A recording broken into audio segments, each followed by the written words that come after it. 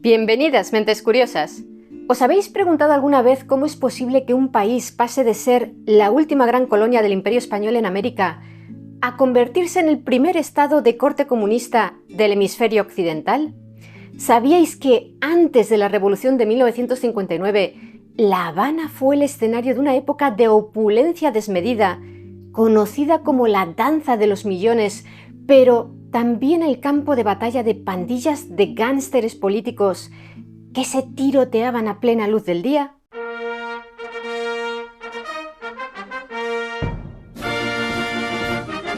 En un vídeo anterior ya os hablamos de la historia de Cuba hasta la Guerra Hispano-Estadounidense de 1898, que se saldó con la derrota de España y la pérdida de sus territorios ultramarinos de Cuba, Puerto Rico, Filipinas y la isla de Guam.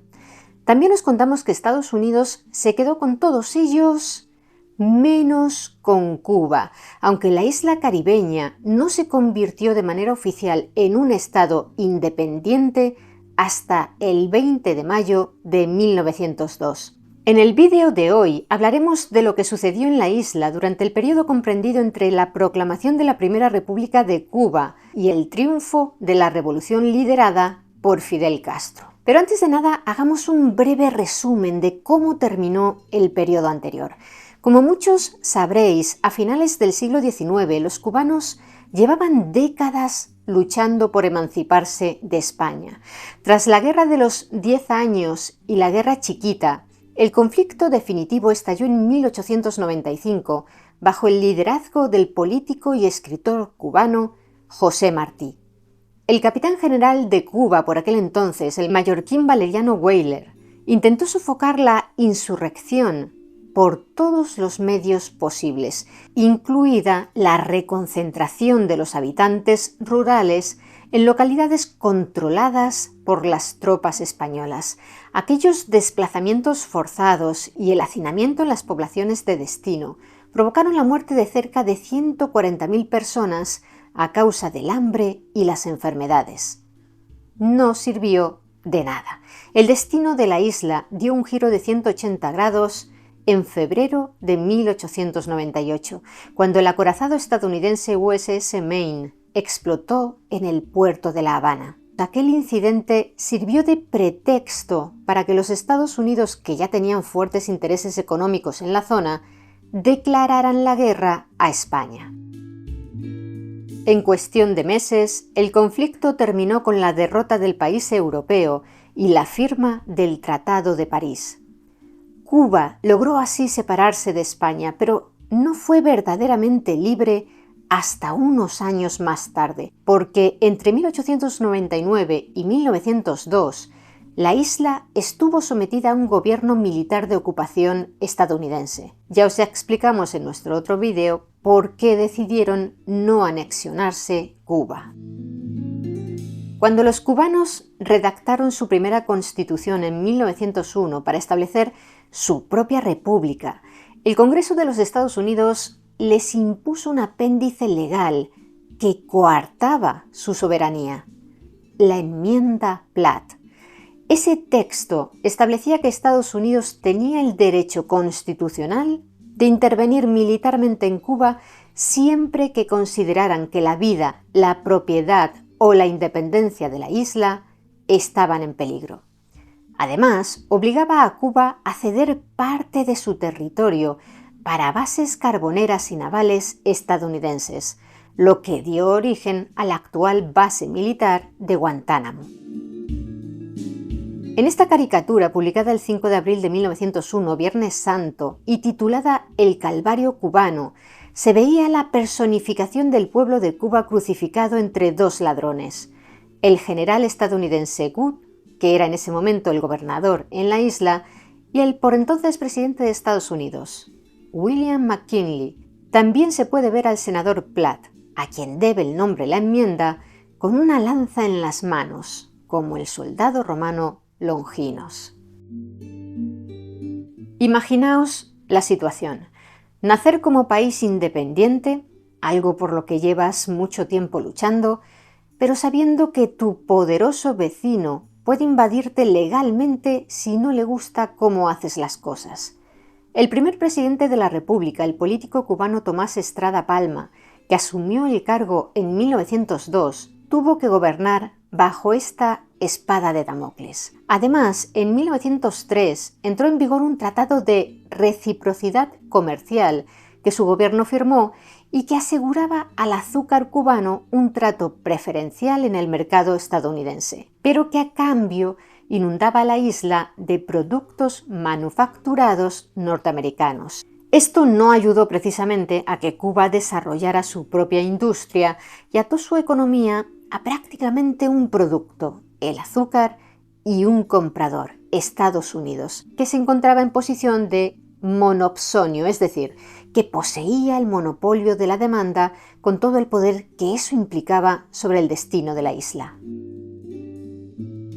Estrada Palma salió reelegido en diciembre de 1905, pero no de una manera limpia. Su rival, José Miguel Gómez, del Partido Liberal, había denunciado un fraude masivo y coacción institucional por parte del aún presidente Estrada Palma y su partido moderado, y había renunciado en septiembre de ese año a su candidatura y ordenado la retirada de su partido de las elecciones.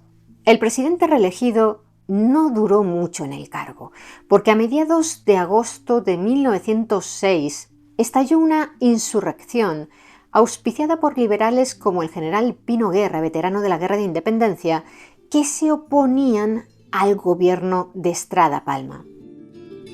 A finales de ese mes, Estrada Palma, que había solicitado formalmente al presidente estadounidense Theodore Roosevelt el envío de soldados estadounidenses a Cuba, pero no había llegado a conseguir esa ayuda, abandonó la isla y la dejó sin gobierno. Ese vacío de poder desencadenó la segunda intervención militar de Estados Unidos en Cuba. Ocuparon militarmente el país hasta 1909, primero por un breve periodo bajo el mando del político y abogado estadounidense William Taft, y luego bajo la administración de otro abogado, Charles Magoon. La política cubana se había convertido en un juego donde los partidos rivales a menudo preferían boicotear el sistema y provocar una intervención de Washington antes que ceder el poder a sus adversarios locales. El historiador británico Hugh Thomas, en su obra Cuba, señala que este constante tutelaje generó una profunda irresponsabilidad en la élite política cubana. En 1909, Magoon entregó el poder al liberal José Miguel Gómez, el segundo presidente de la República, que se había impuesto al conservador Mario García Menocal en noviembre de 1908, en unos comicios supervisados por los estadounidenses. García Menocal se llevaría la revancha en 1912, convirtiéndose en el tercer presidente de la República, y fue reelegido 4 años más tarde. Para comprender la Cuba de esta época, hay que entender una máxima absoluta: sin azúcar no hay país. Durante las primeras décadas del siglo XX, las compañías norteamericanas invirtieron de forma masiva en la producción azucarera. Compraron inmensas extensiones de tierra, construyeron decenas de modernos ingenios, es decir, plantas industriales dedicadas al procesamiento de la caña de azúcar para su transformación, y trazaron redes ferroviarias privadas para transportar la caña. La economía de la isla funcionaba al dictado de la Bolsa de Nueva York y dependía de las cuotas de exportación. Esta falta de diversificación hacía que la sociedad fuera muy vulnerable. El estallido de la Primera Guerra Mundial en 1914 alteró por completo el mercado global. Esta contienda destruyó los inmensos campos de remolacha azucarera de Europa, lo que provocó que países como Inglaterra tuvieran que recurrir al azúcar de caña cubano. La demanda se disparó y el precio del azúcar, que en julio de 1914 rondaba los 1,93 centavos de dólar por libra, comenzó a escalar también sin freno. Al mes siguiente, en agosto del 14, el precio ya se había doblado y hacia el final de la contienda, en 1918, costaba 5,88 centavos por libra, es decir, más del triple. Y una vez concluida la Gran Guerra, como los campos europeos aún no se habían recuperado y el dinero de los especuladores se fijó en ese producto tan demandado y todavía escaso que era el azúcar, el precio se disparó todavía más en los 2 años siguientes, hasta alcanzar los 22 centavos y medio la libra. O sea que en solo 6 años el precio del azúcar se había multiplicado por 11, con el consiguiente beneficio para los productores. Este auge económico, que alcanzó su clímax en 1920 mientras gobernaba García Menocal, fue bautizado popularmente como la danza de los millones. Hugh Thomas describe la Cuba de ese año como un lugar sumido en una atmósfera de ensueño que recordaba más a una comedia cinematográfica que a la vida real. De repente, los dueños de las plantas azucareras y los colonos nadaban en la abundancia. Se construyeron fastuosas mansiones de estilo renacentista y clásico francés en los barrios habaneros del Vedado y Miramar. El diario económico Wall Street Journal llegó a comparar el Paseo del Prado de La Habana con la Quinta Avenida de Nueva York debido a la asombrosa cantidad de coches de lujo que circulaban por sus calles. Pero la burbuja terminó estallando. A finales de 1920, la Guerra Mundial había finalizado 2 años antes. La producción europea de remolacha comenzó a recuperarse y la demanda del azúcar bajó de golpe. En apenas 6 meses, su precio se desplomó desde los 22 centavos y medio hasta menos de 3 centavos. Los bancos cubanos, que habían otorgado préstamos millonarios sin ningún tipo de garantía durante la euforia especulativa, se declararon insolventes. Para el verano de 1921, una veintena de bancos habían quebrado. La desesperación se apoderó del país. Hubo banqueros que huyeron de la isla y especuladores que se quitaron la vida. En este punto, debemos hablar de una particularidad de la historia cubana que quizá os sorprenda a algunos.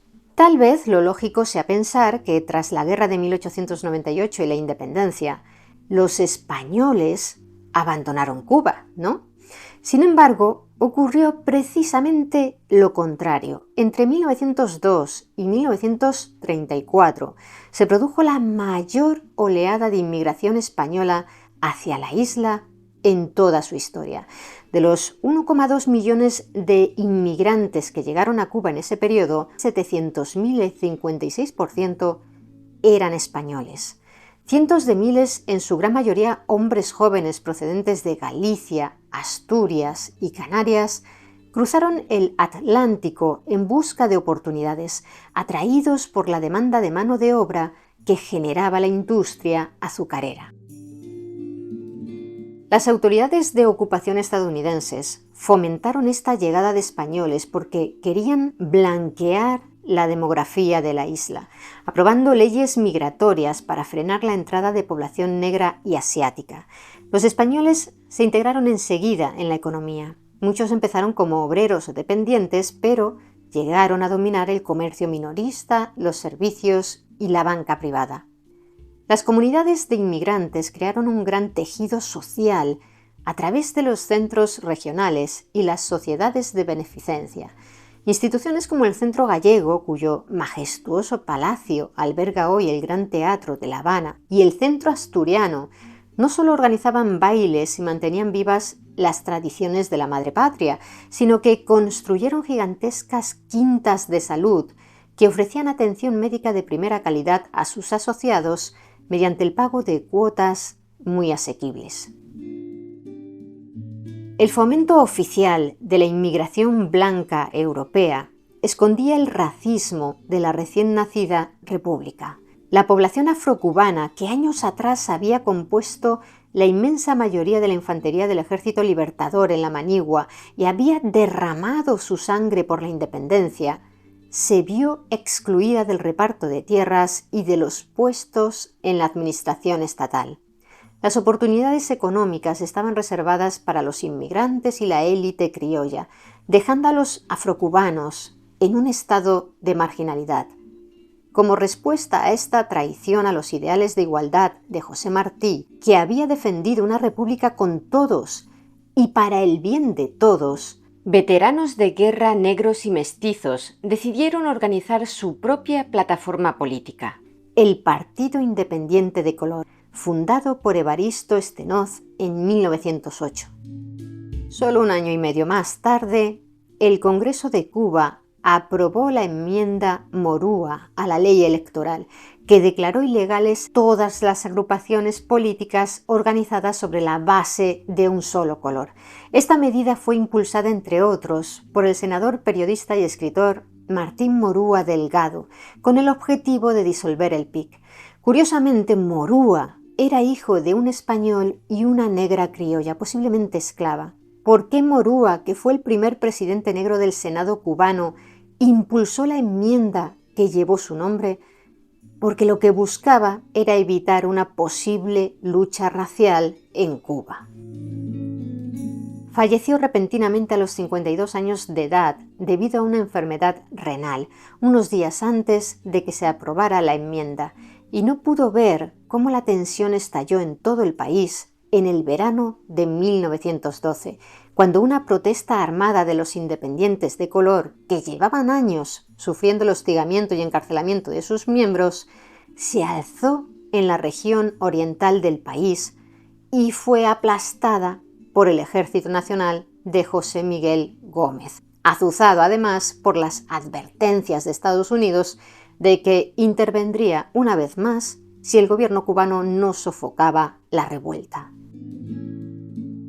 Aquella cacería humana que costó la vida a unos 3.000 afrocubanos y mestizos acabó con la organización política negra independiente y dejó una cicatriz en el tejido nacional, dejando al descubierto aún más las contradicciones raciales sobre las que se cimentaba la democracia en la isla. En el ámbito económico, aquellos españoles que habían emigrado y forjado inmensas fortunas se convirtieron en figuras con un gran poder. Nombres de familias asturianas y montañesas controlaban grandes centrales azucareras y empresas tabaqueras. Un ejemplo de la magnitud de estas fortunas y de la tragedia de la crisis económica es el caso del banquero y empresario español José López Rodríguez, conocido popularmente como Pote.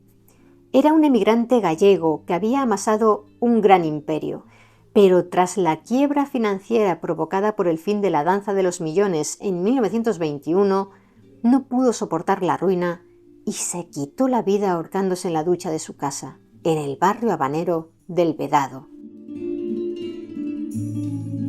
La vinculación de Cuba con España era tan estrecha que años después, la Guerra Civil Española, que se desarrolló entre 1936 y 1939, provocó un gran impacto en la isla. La numerosa colonia española en Cuba se polarizó entre los partidarios de la República y los simpatizantes del general Francisco Franco. Se crearon agrupaciones políticas como el Círculo Republicano Español y núcleos de la Falange que recaudaban fondos y ayuda para sus respectivos bandos. Al terminar la guerra en la península, Cuba se convirtió en un destino importante para el exilio de republicanos españoles. La nación caribeña acogió a poetas, académicos y profesionales como la filósofa malagueña María Zambrano. Pero regresemos a la política nacional de Cuba. Tras la crisis azucarera de los años 20, el descontento popular era enorme. En 1925 asumió la presidencia el militar y político cubano Gerardo Machado, del Partido Liberal. Este hombre había sido general en la Guerra de Independencia contra España y llegó al poder prometiendo una regeneración moral y la eliminación de la enmienda Platt. Sobre él se han escrito numerosas obras. De hecho, el intelectual cubano Alejo Carpentier analizó su figura en el ensayo periodístico Retrato de un dictador, publicado en 1933 en Europa. Décadas más tarde, la brutalidad del régimen machadista serviría a Carpentier como fuente de inspiración para estructurar su célebre novela El recurso del método, de 1974. En sus primeros años, Machado fue muy popular Impulsó grandes obras públicas como la construcción de la carretera central y el Capitolio de La Habana, un edificio que rivaliza en majestuosidad con el de Washington. Sin embargo, según apuntan la mayoría de historiadores, el poder lo corrompió.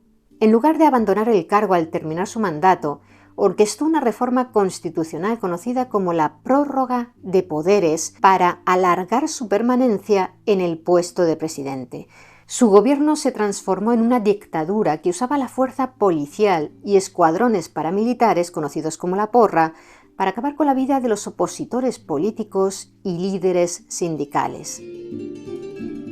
La Gran Depresión que se produjo a nivel mundial en 1929 hundió aún más los precios del azúcar y sumió a la población en una miseria absoluta. La oposición a Machado fue liderada por los estudiantes universitarios. Figuras como el líder comunista cubano Julio Antonio Mella, fundador de la Federación Estudiantil Universitaria y del primer Partido Comunista de Cuba, se alzaron contra el régimen, aunque Mella tuvo que exiliarse y fue asesinado en México en 1929, cuando solo tenía 25 años. Le pegaron 2 tiros con un revólver calibre 38. Según una versión, murió a manos de unos pistoleros por encargo del régimen dictatorial de Machado, a quien combatía con todas sus fuerzas desde el exilio. Según otra, Mella fue víctima de una operación encubierta dirigida por la Internacional Comunista para eliminar a un líder que tenía sus propias ideas y no se alineaba del todo con los dictados de Moscú. Se apunta que su asesino habría sido el agente stalinista Vittorio Vidali. Por otra parte, la policía mexicana alentó la idea de que se trató de un crimen pasional debido a un triángulo amoroso en el que habría estado implicada su pareja, la fotógrafa italiana Tina Modotti, que caminaba junto a él en el momento del ataque y lo sostuvo en sus brazos mientras agonizaba. El asesinato de Mella sigue siendo hoy un crimen sin resolver. Volvamos a Cuba, a los años 30. A medida que las calles de La Habana se llenaban de violencia y protestas, el gobierno de Estados Unidos comenzó a preocuparse por la inestabilidad en la isla. Washington envió al diplomático estadounidense Sumner Welles para mediar y forzar una transición pacífica, pero la presión popular era imparable. En agosto de 1933, una huelga general paralizó el país y el ejército le retiró su apoyo al dictador. En la tarde del 12 de agosto, Machado se vio obligado a huir de manera apresurada en avión hacia Nassau, en las Bahamas, llevándose consigo una fortuna considerable. Antes de llegar a la presidencia en 1925, Machado ya había amasado un importante patrimonio como alto ejecutivo de la Compañía Cubana de Electricidad y mediante inversiones en la industria azucarera. Y durante sus 8 años en el poder, consolidó su riqueza en medio de acusaciones de corrupción. Fallecería años más tarde, en 1939, exiliado en Florida. La caída de Machado desató una gran inestabilidad política que conocemos como la Revolución de 1933 y que algunos historiadores consideran precursora de la revolución que vendría en 1959, ya que fue aquí donde nacieron las demandas de nacionalismo económico y justicia social que marcarían las décadas siguientes. El 4 de septiembre de 1933 se produjo la llamada Revolución de los Sargentos. Los rangos bajos del ejército, hartos de sus oficiales elitistas, se amotinaron. A la cabeza de este alzamiento militar surgió un sargento taquígrafo mestizo y de origen muy humilde, el militar y político cubano Fulgencio Batista. Los sargentos se aliaron además con los estudiantes universitarios del directorio estudiantil y derrocaron al débil gobierno provisional en manos de Carlos Manuel de Céspedes y Quesada, quien había obtenido el respaldo de los estadounidenses. Se instauró entonces un ejecutivo colegiado, la pentarquía, que pocos días después dio paso al gobierno de los 100 días, presidido por el médico y político cubano Ramón Grau San Martín. En este gabinete destacó el farmacéutico y político cubano Antonio Guiteras, que ocupó la Secretaría de Gobernación y Guerra. Guiteras era un antiimperialista y fue el verdadero motor de las reformas sociales que se aprobaron en un tiempo récord. Durante esos escasos 100 días, el gobierno de Grau y Guiteras proclamó la autonomía universitaria, instauró la jornada laboral de 8 horas, estableció un salario mínimo y ordenó la intervención estatal de la poderosa Compañía Cubana de Electricidad, que era propiedad de capitales estadounidenses. Además, en los últimos coletazos de su mandato, en enero de 1934, firmó un decreto ley que concedió el derecho al voto a las mujeres, convirtiendo a Cuba en una pionera en la región. Otra medida de gran calado que tuvo graves consecuencias para una parte de la población fue la promulgación de la Ley de Nacionalización del Trabajo, también conocida como la Ley del 50%. Esta ley exigía que al menos la mitad de los empleados en cualquier empresa comercial o industrial de la isla fueran ciudadanos cubanos nativos. Como os podéis imaginar, esto supuso un duro golpe para la inmensa colonia de inmigrantes españoles que ocupaban muchos puestos de trabajo en el sector del comercio y los servicios. Miles de españoles se vieron de repente en el paro y tuvieron que regresar a una España que en aquellos años también atravesaba serias dificultades económicas. Aquel gobierno de los 100 días generó pánico entre la oligarquía cubana y los inversores extranjeros. La administración estadounidense se negó a reconocer al presidente Grau San Martín. Finalmente, Fulgencio Batista, que había sido ascendido a coronel y jefe del ejército, se dio cuenta de que su propio poder estaba en peligro, de manera que pactó en secreto con el nuevo enviado diplomático norteamericano, Jefferson Caffery, quien había relevado a Sumner Welles unas semanas atrás, y a mediados de enero de 1934 le retiró su apoyo militar a Grau, de manera que éste se vio obligado a dimitir. Así llegó a su fin aquel experimento revolucionario. Antonio Guiteras pasó a la clandestinidad y fundó la organización Joven Cuba, pero poco más de un año después, en mayo del 35, fue delatado y murió tiroteado por las tropas de Batista en la fortaleza del Morrillo, en Matanzas, cuando intentaba huir del país para organizar una expedición armada. A partir de 1934, el coronel Batista se convirtió en el hombre fuerte de Cuba. Gobernó en la sombra, poniendo y quitando presidentes títeres a su antojo. Batista negoció con los Estados Unidos la derogación formal de la odiada enmienda Platt en 1934, lo que le granjeó cierta popularidad, aunque los norteamericanos retuvieron la base de Guantánamo y aprobaron nuevas leyes como la Jones-Costigan Act, que seguía fijando estrictas cuotas para la importación del azúcar cubano, manteniendo así la dependencia económica. El historiador estadounidense Frank Argote Freire, autor de la obra Fulgencio Batista, From Revolutionary to Strong Man, explica que Batista pasó de ser un líder populista apoyado por las bases a convertirse en un dictador despiadado. Para entender la transformación política de la isla en esta etapa, que dio comienzo en 1934 y supuso el ascenso institucional de Batista, no solo debemos echar un vistazo a los salones diplomáticos, sino también a las calles y los campos de caña. Durante la década de los 30, el movimiento obrero cubano, empujado por la miseria y la desigualdad, se hizo más radical. Bajo el liderazgo de figuras de orientación marxista como el dirigente tabacalero Lázaro Peña y el líder del gremio azucarero Jesús Menéndez, las tácticas de resistencia colectiva y el sabotaje encubierto en los ingenios forzaron a la oligarquía terrateniente a ceder terreno. Entre estos métodos de lucha destacaba el célebre paso de la jicotea, bautizado así en alusión a una tortuga de agua dulce local. Consistía en trabajar a un ritmo extremadamente lento. Al no detener las máquinas por completo, los empresarios y la policía no podían acusar de manera formal a los obreros de haber iniciado una huelga ilegal. Lo curioso es que esta sutil rebeldía tenía raíces muy profundas.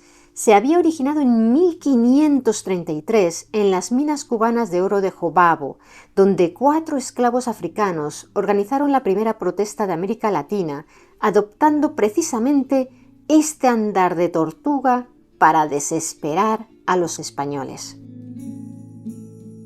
Gracias a la efectividad de aquellas tácticas de resistencia y al empuje de las bases, el movimiento sindical logró una fuerza de convocatoria sin precedentes. En 1939, el proceso de acumulación de fuerzas llevó a la fundación de la Confederación de Trabajadores de Cuba, que aglutinó en un frente único a cientos de miles de proletarios. Fulgencio Batista, haciendo gala de un gran pragmatismo político, comprendió que era imposible pacificar y gobernar el país dándoles la espalda a estas masas movilizadas. Como resultado, forjó una alianza con los líderes comunistas, legalizando sus organizaciones a cambio de obtener el aval sindical para sostener el país.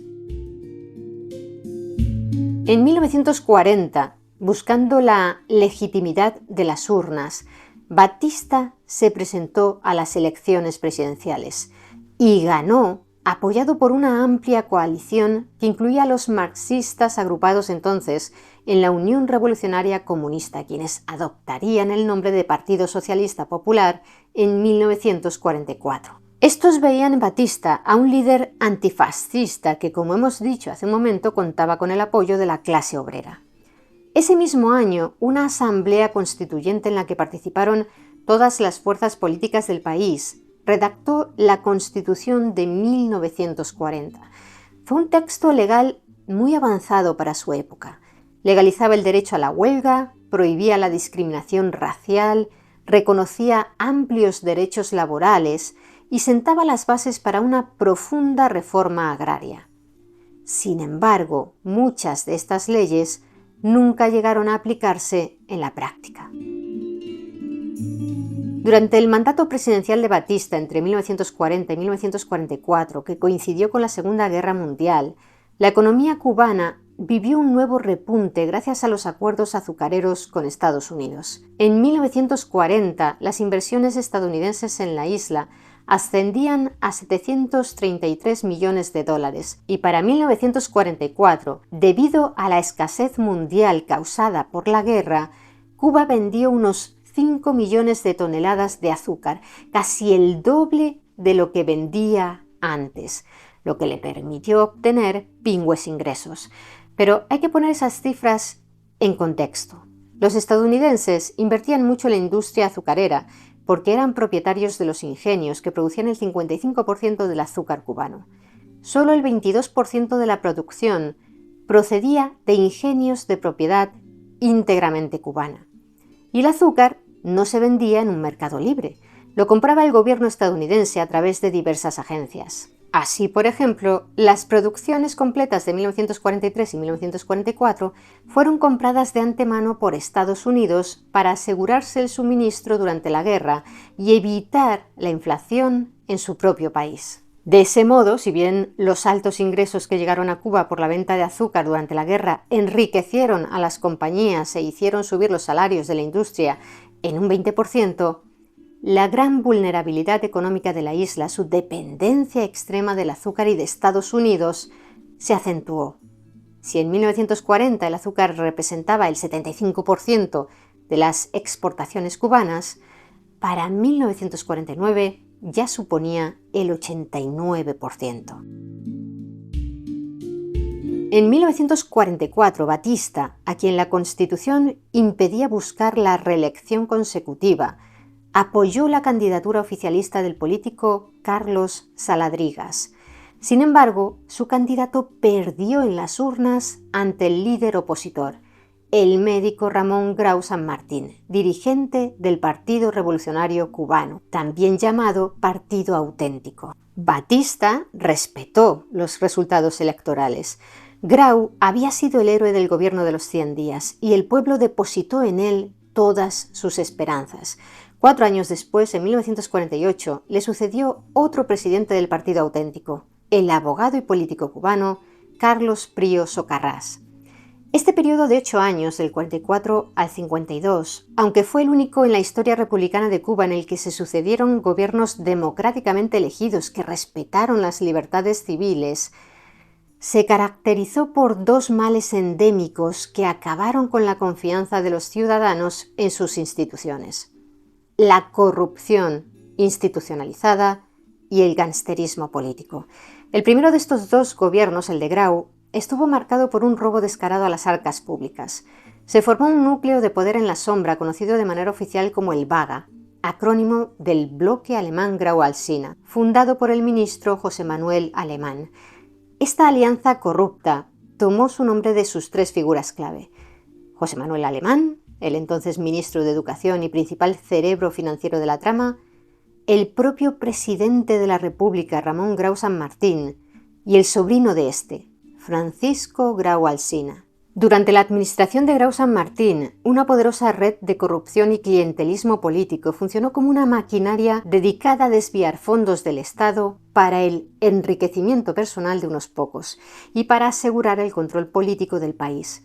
Alemán, según apuntan las fuentes históricas, desviaba grandes sumas de dinero destinadas a las escuelas públicas y al desayuno escolar de los niños para enriquecerse personalmente. Usaba el dinero para comprar inmensas propiedades inmobiliarias en Miami y financiar a bandas armadas. El pueblo, hastiado por aquel saqueo, rebautizó el Vaga como banda de atracadores, gánsteres y asesinos. Porque ese fue el otro gran drama de la época: el gangsterismo. Los antiguos grupos de acción estudiantil y revolucionaria de los años 30, al llegar el partido auténtico al poder, degeneraron en verdaderas mafias que se repartieron el control de los ministerios y los sindicatos a punta de pistola. Organizaciones como el Movimiento Socialista Revolucionario, fundado por el político cubano Rolando Masferrer, la Unión Insurreccional Revolucionaria, dirigida por el pandillero Emilio Tro, y la Acción Revolucionaria Guiteras, impusieron un régimen de terror en la Universidad de La Habana y en las calles de la capital. La violencia política llegó a su punto álgido el 15 de septiembre de 1947, con la conocida como Masacre de Orfila. Aquella tarde, fuerzas policiales lideradas por el jefe del Buró de Investigaciones, vinculado a una pandilla, rodearon la casa del comandante de la policía de Marianao, Emilio Tro, líder de la banda rival. Durante horas, en un barrio residencial, tuvo lugar un tiroteo con ametralladoras y fusiles. Las fuerzas gubernamentales asesinaron a Tro y a sus hombres a sangre fría mientras intentaban rendirse. El país quedó conmocionado al ver cómo las propias fuerzas del orden del Estado actuaban como cárteles del crimen organizado. En medio de este clima de descomposición moral, surgió una figura carismática que canalizó la indignación ciudadana: el político cubano Eduardo Chivás. Antiguo líder estudiantil, Chivás rompió con el Partido Auténtico y fundó el Partido del Pueblo Cubano o Partido Ortodoxo. Adoptó como símbolo una escoba y como lema: vergüenza contra dinero. Chivás era un hombre de mucho carácter, tan vehemente en la defensa de su honor que a lo largo de los años 40 llegó a batirse en múltiples duelos a espada o sable contra senadores y ministros, incluido el propio Carlos Prioso Carrás. Que fuera miope le hacían más difíciles estos duelos, de manera que los perdió todos, algunos de ellos disputados en la sala de armas del Capitolio Nacional. Por suerte, en ninguno de ellos nadie falleció ni resultó herido de gravedad. Por cierto, entre los jóvenes que ingresaron en el Partido Ortodoxo, atraídos por las ideas y la personalidad de Chivás, había un joven abogado llamado Fidel Castro. Todos los domingos, Chivás dirigía un programa de radio en el que lanzaba duras acusaciones de corrupción contra el gobierno. Atacaba directamente al bloque Vaga y al ministro Alemán. Se convirtió en el ídolo de las masas y en el favorito indiscutible para ganar las elecciones presidenciales previstas para 1952. Sin embargo, en el verano de 1951, Chivás acusó al entonces ministro de Educación del gobierno de Prioso Carrás, Aureliano Sánchez Arango, de estar robando fondos públicos para invertir en Guatemala. El ministro le retó a presentar las pruebas, pero Chivás no pudo encontrar documentos físicos que respaldaran su acusación. Sintiéndose acorralado y temiendo que el pueblo dejara de creer en su integridad, el 5 de agosto de 1951 acudió a su estudio de radio para emitir su último discurso. Sus palabras finales fueron: «Pueblo de Cuba, levántate y anda. Pueblo cubano, despierta. Este es el último aldabonazo».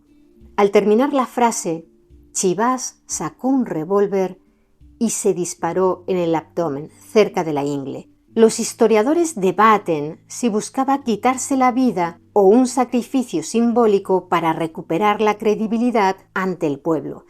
Aunque esperaba que el impacto resonara en directo, la transmisión ya se había cortado porque su tiempo había llegado a su fin. Y cuando se pegó el tiro, los radioyentes estaban escuchando en realidad una cuña publicitaria sobre un café. Pese a los esfuerzos médicos, Chivas falleció debido a las complicaciones de la herida 11 días después en un hospital de La Habana. Su muerte provocó un duelo nacional multitudinario y dejó al partido ortodoxo sin su líder. Mientras las autoridades se mataban entre ellas, otros personajes aprovecharon el caos para hacer negocios muy lucrativos. Bajo la complacencia y la protección de los gobernantes cubanos, la mafia estadounidense decidió convertir a Cuba en su patio de recreo particular y en el paraíso mundial del blanqueo de dinero. El momento clave de esta alianza ocurrió en diciembre de 1946, cuando se celebró la histórica Conferencia de La Habana en el lujoso Hotel Nacional. Esta cumbre fue organizada por el famoso gángster italo-estadounidense Lucky Luciano, que acababa de ser deportado de Estados Unidos y había entrado en Cuba en secreto. Allí se reunieron los principales capos de las familias criminales de Nueva York, Chicago, Tampa y Nueva Orleans. Y para que veáis a qué nivel de detalle se ha documentado esto, el escritor cubano Enrique Cirules cuenta en su obra La mafia en La Habana que los mafiosos disfrutaron de un menú que incluía enchiladas de cangrejo, estofado de tortuga, langostas de cojímar, ostras y pez espada a la parrilla. En esta conferencia, la mafia decidió expandir sus operaciones en los casinos y clubes nocturnos de la isla. El encargado de llevar las cuentas y de sobornar a los políticos y militares locales fue el gángster judeo-polaco-estadounidense Meyer Lansky, conocido como el contador de la mafia. Lansky usaba las ganancias de los casinos cubanos y las desviaba hacia cuentas secretas en bancos suizos que él mismo controlaba. El nivel de corrupción llegó a tal punto que para obtener una licencia de juego no solo había que invertir millones, sino pagar enormes sumas de dinero en efectivo a las autoridades gubernamentales.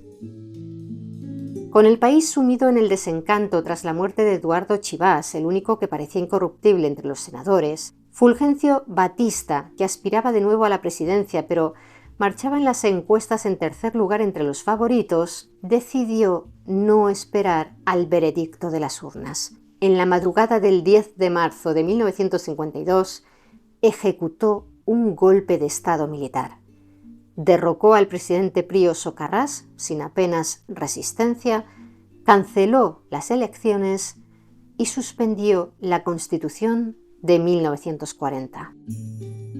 No supuso el fin de la corrupción en Cuba. Batista instauró una dictadura que se alineó con los intereses estadounidenses y abrió de par en par las puertas a Meyer Lansky y sus socios mafiosos para que construyeran inmensos hoteles casino como el Habana Riviera o el Capri, consolidando una alianza entre el gobierno militar y el crimen organizado. La ruptura del orden constitucional convenció a muchos jóvenes de que la vía democrática y electoral estaba agotada y que la única forma de derrocar al tirano era mediante la lucha armada. De entre las filas del Partido Ortodoxo surgió la figura que cambiaría para siempre el destino del país, el abogado y político revolucionario cubano Fidel Castro. Era un hombre que durante su época de estudiante había estado vinculado a los grupos de acción universitaria. Decidido a iniciar la insurrección, el 26 de julio de 1953, con 26 años, lideró a más de un centenar de jóvenes idealistas en un asalto armado contra el cuartel Moncada, la segunda fortaleza militar más importante del país, situada en Santiago de Cuba. El factor sorpresa falló y el asalto fue un desastre militar táctico. Muchos de los asaltantes murieron en el combate y decenas de los que fueron capturados sufrieron terribles torturas y fueron asesinados extrajudicialmente en los días posteriores por las fuerzas de Batista. Fidel Castro fue capturado y juzgado. Durante su juicio, él mismo, en su condición de abogado, asumió su propia defensa y pronunció un largo y encendido alegato que posteriormente sería publicado bajo el título «La historia me absolverá». En este documento, Castro expuso las miserias que sufría el pueblo cubano y esbozó un programa de reformas nacionalistas, agrarias y de justicia social muy inspirado en el ideario de José Martí y de Eduardo Chivas. Aunque en su caso fue condenado a prisión y no asesinado, la brutalidad de la represión militar indignó a la opinión pública cubana. Tras pasar casi 2 años en la cárcel, la presión popular obligó a Batista a promulgar una amnistía política en 1955. Castro fue liberado y se exilió en México, donde fundó el movimiento 26 de julio, con el propósito de organizar una expedición militar para liberar Cuba. En noviembre de 1956, Fidel Castro, acompañado por 81 combatientes, entre los que se encontraban su hermano Raúl Castro y un joven médico y revolucionario argentino llamado Ernesto Che Guevara, zarpó del puerto mexicano de Tuxpan a bordo de un pequeño yate llamado Granma. El desembarco en la costa oriental de Cuba en diciembre de 1956 fue desastroso. Perseguidos por el ejército de Batista, fueron emboscados en Alegría de Pío y el grupo quedó prácticamente aniquilado y disperso. Apenas una veintena de hombres logró reagruparse y adentrarse en la espesa vegetación de la Sierra Maestra. Desde allí iniciaron una guerra de guerrillas. El gobierno de Batista anunció en varias ocasiones a los medios de comunicación que Fidel Castro había muerto en el desembarco, pero en febrero de 1957, el periodista norteamericano Herbert Matthews logró subir a las montañas y entrevistar a Castro para el diario The New York Times. La publicación de la entrevista y de las fotografías demostró al mundo que la guerrilla seguía viva y operativa, lo que supuso un enorme golpe propagandístico a favor de los rebeldes. Pero la insurrección que combatía a Batista no solo procedía de la guerrilla rural de Castro y compañía. Mientras los combatientes barbudos, como se les solía llamar, consolidaban su dominio en las escabrosas montañas, los principales cascos urbanos de la isla estaban inmersos en una guerra clandestina y sangrienta, conocida popularmente como la lucha en el llano. En La Habana, el fuego del antiguo belicismo estudiantil resurgió de sus cenizas bajo el liderazgo de José Antonio Echeverría, un dirigente universitario que fundó en 1956 una organización llamada Directorio Revolucionario. Echeverría y Fidel Castro, en representación del movimiento 26 de julio, firmaron en agosto del 56 el Pacto de México, en el que ambas organizaciones se comprometían a combatir para conseguir la libertad de Cuba y coordinar sus acciones armadas. Los dirigentes del Directorio Revolucionario, convencidos de que podían decapitar a la dictadura de un solo golpe, organizaron el 13 de marzo de 1957 un comando de acción que asaltó el Palacio Presidencial a plena luz del día para ejecutar al dictador, mientras un segundo pelotón irrumpía en los estudios de Radio Reloj para anunciar la rebelión. La operación fracasó por muy poco. Batista logró escapar por una escalera secreta y Echeverría fue interceptado y acribillado por una patrulla policial cerca de la universidad. Fue entonces cuando el Directorio Revolucionario, el DR, añadió a su nombre el 13 de marzo, en honor al asalto. Se desató una cacería contra los miembros del DR 13 de marzo que habían sobrevivido, y solo un mes más tarde, el 20 de abril de 1957, tuvo lugar la masacre de Humboldt 7. en la que 4 miembros de la organización revolucionaria, Fructuoso Rodríguez, de 23 años, Juan Pedro Carbó, de 30, José Machado, de 24 y Joe Westbrook, de 19, fueron asesinados a sangre fría. Los 4 se habían escondido en un apartamento de la calle Humboldt, en La Habana, y estaban desarmados. Un antiguo compañero de filas, Marcos Rodríguez, conocido como Marquitos, supuestamente los traicionó y reveló su escondite a la policía. El edificio fue rodeado por los hombres de Esteban Ventura Novo, apodado el sicario de traje blanco por su vestimenta, un represor con un historial sangriento. El más joven, Joe Westbrook, intentó refugiarse en el apartamento de una vecina, pero fue descubierto y asesinado en el acto. Carbó Serviá corrió hacia el ascensor, donde lo interceptaron y acribillaron a quemarropa. Mientras tanto, Machado y Fructuoso saltaron por una ventana hacia un pasillo ciego de la planta baja que daba a una agencia de coches cerrada con candado. Fructuoso yacía inconsciente por la caída y Machado tenía ambos tobillos fracturados. Los policías metieron sus ametralladoras entre los barrotes de la reja y los fusilaron sin piedad. Ventura ordenó arrastrar los cadáveres ensangrentados por la acera para que los vecinos pudieran verlos.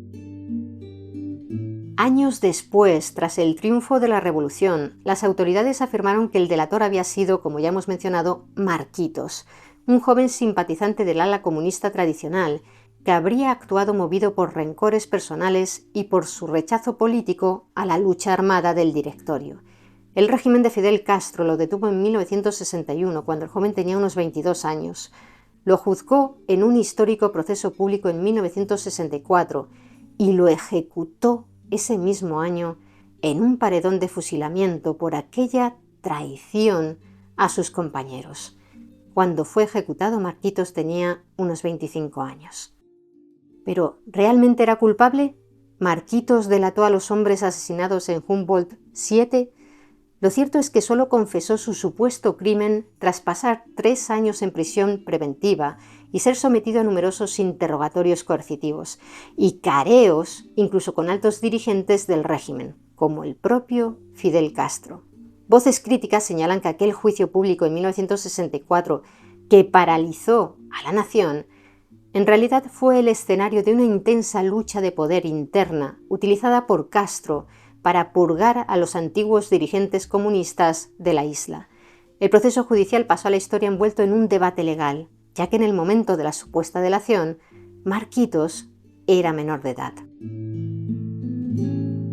Al margen de estos procesos judiciales posteriores y volviendo a la convulsa realidad de 1957, debemos hablar de la retaguardia de la revolución, que desde el extremo oriental de Cuba descansaba sobre los hombros de un joven maestro de escuela llamado Frank País.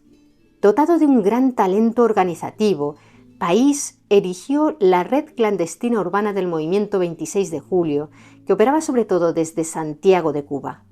A través del contrabando de armas, la extorsión a la burguesía, los sabotajes eléctricos y los paros cívicos, País mantuvo en jaque al ejército gubernamental y suministró refuerzos y logística vital a los guerrilleros aislados en las montañas, hasta que la policía de Batista lo asesinó a balazos el 30 de julio del 57 en un callejón santiaguero junto con otro joven. País tenía 22 años.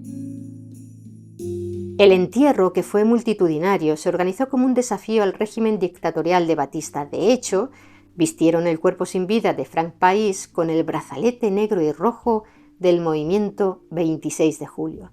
Además, se declaró una huelga general en toda Cuba. Aquella movilización se considera una de las fechas importantes de la Revolución cubana y de la caída de Batista.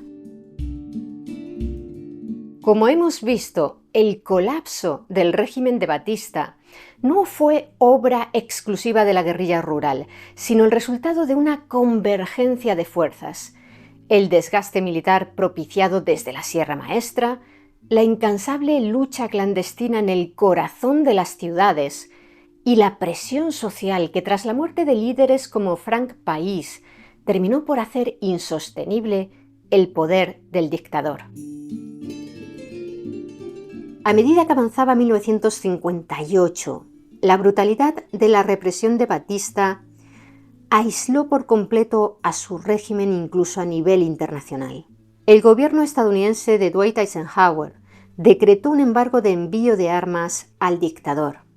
Tras fracasar una gran ofensiva militar contra la Sierra Maestra en el verano, las columnas guerrilleras lideradas por el Che Guevara y el comandante cubano Camilo Cienfuegos avanzaron hacia el occidente de la isla y tomaron la estratégica ciudad de Santa Clara.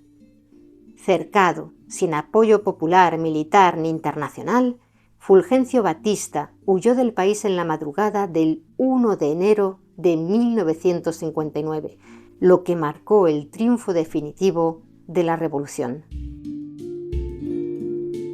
Una gran parte del pueblo cubano recibió con alegría la noticia de la entrada triunfal en La Habana de los barbudos, como hemos dicho, así llamaban a los guerrilleros del ejército rebelde liderados por Fidel Castro. El pueblo creía que aquel cambio en el gobierno supondría la supresión de la corrupción, el fin de la tutela extranjera y el retorno a la legalidad y la justicia. En un breve espacio de tiempo, la revolución radicalizó sus medidas de tal manera que transformó por completo las bases económicas y sociales del país. El punto de inflexión fue la firma de la Ley de Reforma Agraria el 17 de mayo de 1959, firmada simbólicamente en la Comandancia de La Plata, en plena Sierra Maestra. Esta ley estableció que nadie podía poseer latifundios mayores a 402 hectáreas y expropió inmensas propiedades agrícolas.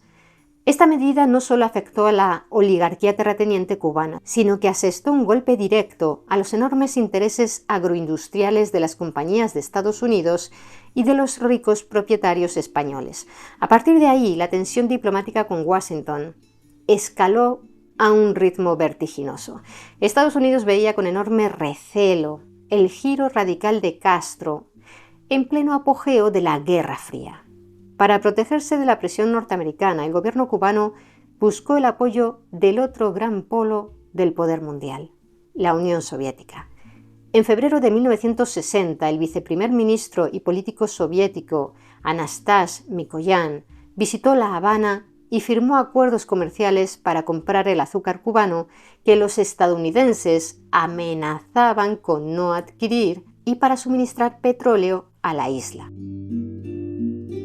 Cuando el crudo soviético llegó a Cuba a mediados de 1960, las refinerías estadounidenses, Texaco, Standard Oil, se negaron a procesarlo. Entonces, Fidel Castro ordenó la intervención y nacionalización de dichas refinerías. Washington reaccionó cancelando la cuota azucarera cubana. En un acto de desafío total, entre los meses de agosto y octubre de 1960, el gobierno revolucionario expropió y nacionalizó todos los bancos extranjeros, todas las grandes empresas estadounidenses, la industria minera, la red telefónica e incluso los grandes comercios e industrias de propiedad cubana y española. Las fortunas de los antiguos terratenientes y de los poderosos grupos empresariales que habían dominado la isla desde principios de siglo quedaron desmanteladas de un plumazo. Como consecuencia, una ola masiva de miembros de la alta y media burguesía comenzó a abandonar la isla rumbo a Miami. El choque definitivo que consolidaría el destino de Cuba ocurrió a principios de 1961. En enero, Estados Unidos rompió relaciones diplomáticas oficiales con Cuba. 3 meses después, en abril, el recién investido presidente estadounidense John F. Kennedy dio luz verde a un plan heredado de la CIA: financiar y entrenar a una brigada de exiliados cubanos para que invadieran la isla y derrocaran a Castro. El 15 de abril de 1961, aviones estadounidenses pintados con insignias cubanas bombardearon los aeropuertos de la isla. Al día siguiente, el 16 de abril, durante el multitudinario entierro de las víctimas de estos ataques, Fidel Castro pronunció un discurso en el que proclamó por primera vez de manera oficial el carácter socialista de la revolución. Hasta ese momento había negado incluso que él fuera comunista. Como ya os contamos en nuestro documental sobre la Escuela de las Américas y las guerrillas, apenas 3 meses y medio después de derrocar a Batista en ese mismo 1959, Fidel Castro había realizado una visita de 11 días a Estados Unidos, invitado por la Sociedad Estadounidense de Editores de Periódicos. El viaje generó una enorme expectación. Durante esa visita, en múltiples entrevistas y apariciones públicas, se le preguntó a Castro si él o su gobierno eran comunistas. Sus respuestas fueron categóricas, incluidas las que dio en el famoso programa de televisión Meet the Press. Allí, a la pregunta del periodista Lawrence Spivak sobre si su movimiento era comunista, el cubano respondió: «Yo no soy comunista, no puedo estar de acuerdo con el comunismo». Vamos a escucharle a él mismo decirlo. I am not communism. I am not agree with communism. There is no doubt for me between democracy and communism. En sus declaraciones a la prensa, Fidel Castro afirmó que su revolución era humanista y que su principal objetivo era restaurar la democracia y la justicia social en Cuba. En ese momento no buscaba ayuda económica, sino un mejor entendimiento con el pueblo estadounidense. Pero volvamos a abril de 1961. El día 17 se produjo el desembarco en Bahía de Cochinos. Las fuerzas milicianas y el ejército rebelde, armados y movilizados en defensa de su nueva revolución socialista, aplastaron a los invasores en apenas 72 horas. Aquella victoria militar no solo humilló a Estados Unidos, sino que consolidó de manera absoluta el liderazgo de Fidel Castro. Poco tiempo después, Castro declararía públicamente su adhesión al marxismo-leninismo, basado en la ideología desarrollada por el filósofo alemán Karl Marx y aplicada por el líder político ruso Vladimir Lenin. Todos los partidos políticos de la isla se aglutinaron bajo una sola organización, que años más tarde adoptaría el nombre de Partido Comunista de Cuba, convirtiendo al país en el primer y único estado socialista de partido único en el continente americano. De manera que, para el gobierno cubano, la política de exportación revolucionaria al resto de países americanos se convirtió tanto en un imperativo ideológico como en una cuestión de supervivencia frente a la amenaza procedente de su vecino del norte.